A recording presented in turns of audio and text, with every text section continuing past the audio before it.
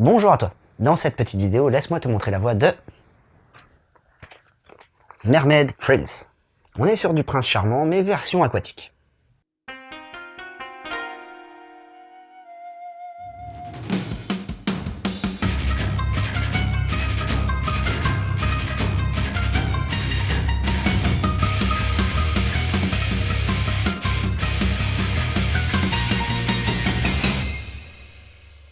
Alors, ça va pas être des plus simples à résumer, car t'as 3 histoires dans ce manga.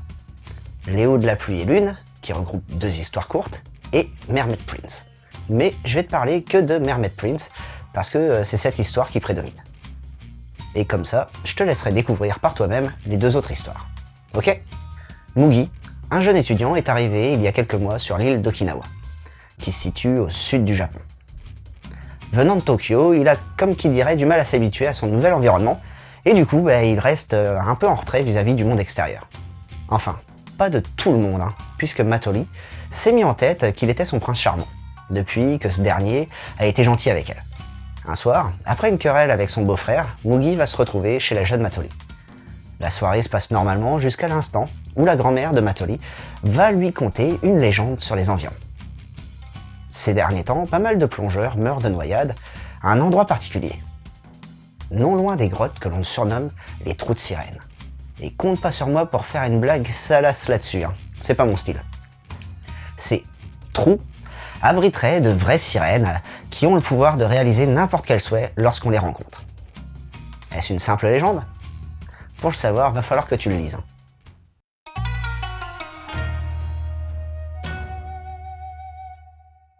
Alors, au niveau du trait, même si on est sur du shoujo, le dessin réussit tout de même à s'écarter des stéréotypes du genre.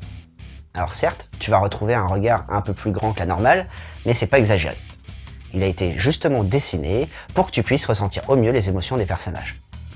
Le trait des persos est assez classique et tire plus vers la simplicité. Le nez est représenté avec un seul trait, les lèvres le plus simplement possible aussi. Au niveau des arrière-plans, on est sur un dessin un peu plus détaillé qui va te permettre d'apporter de l'émotion à pas mal de scènes avec beaucoup de décors qui vont tirer vers le romantisme. Telle une plage avec un coucher de soleil, l'horizon qui se reflète sur l'océan ou encore un champ d'herbes sauvages. Tu l'as senti le romantisme là?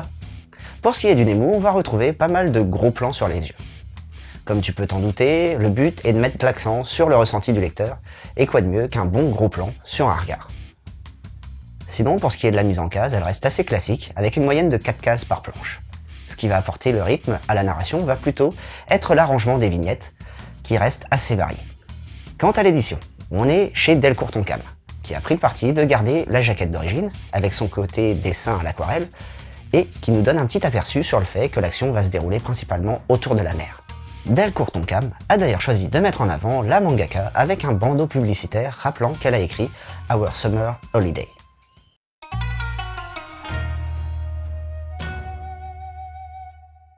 Ozaki Kaori a commencé très jeune dans le monde du manga, dans le mensuel Wings, des éditions Shinshokan, à l'âge de 16 ans.